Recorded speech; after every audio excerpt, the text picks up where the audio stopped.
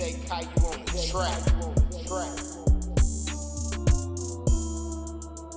This is Raven with your Charger Nation news. Cheerleaders are selling coupon cards. They are $20. See a cheerleader to purchase one.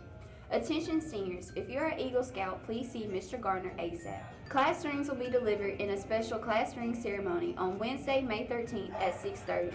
Please bring your due balance before then. Any junior or senior who would like to order a class ring at this time may do so. Please be sure to bring a $60 deposit for your order.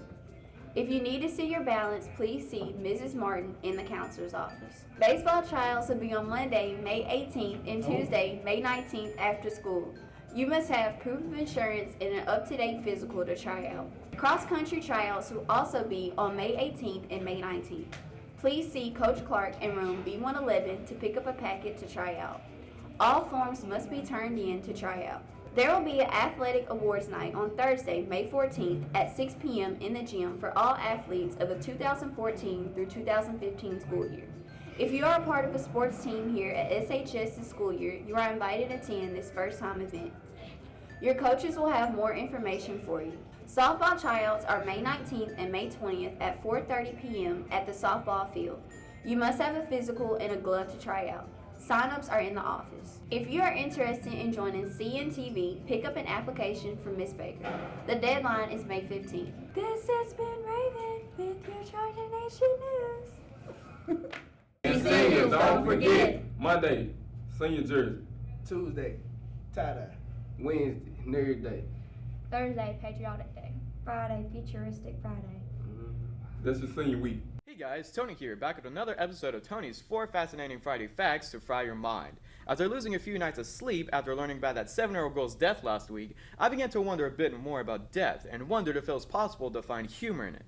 To answer that question, no, death is not funny, you sick individuals. But it is possible to find humor minutes before you die. Here are 4 instances in where the dying victim left behind the funniest, famous last words. Ever heard of Archimedes? If you haven't, he's kind of a big deal.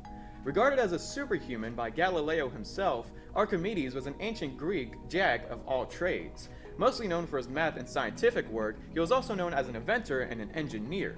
He was even the one to coin the phrase Eureka after discovering how to find a volume of water using displacement. Archimedes died in the Second Punic War in Sicily. After a Roman soldier stormed his house while he was studying math, he shouted these last words: "Don't disturb my circles."